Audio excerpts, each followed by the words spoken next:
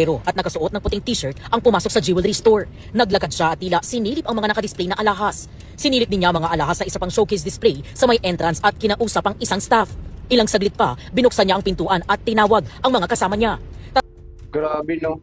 Bago sila pumasok, kinikising muna ng nakasombrero yung mga item, no? Tapos binuksan yung pinto.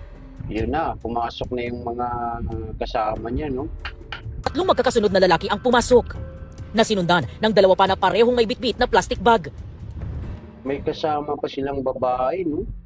Tsaka, yung bag na yan yung lagayan ng mga jewelry, no? Na kanilang malimas dyan, no? Planado. Ang mga lalaki bigla na lang nagdeklara ng hold up.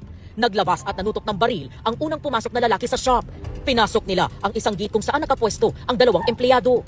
Nagulat ang dalawang staff na walang nagawa kundi yumuko at umupo na lang habang nililimas ng mga lalaki ang mga nakadisplay na alahas. Dali-dali nilang isinilid ang mga ito sa mga bag.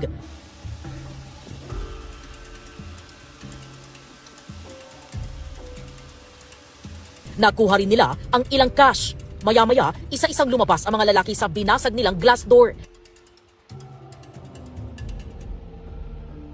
At saka tumakas, sakay ng motorsiklo.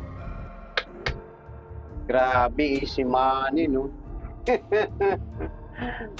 Ayaw nga po salamat sa panonood ng ating reaction video ngayon. Huwag kalimutang i-like, i-share at i-follow yung page natin para maging updated po kayo sa sunod nating content. At sa muli, ito si Boss B na nagsabing God bless and more power. Mabu, ingat tayong lahat. See you sa next video.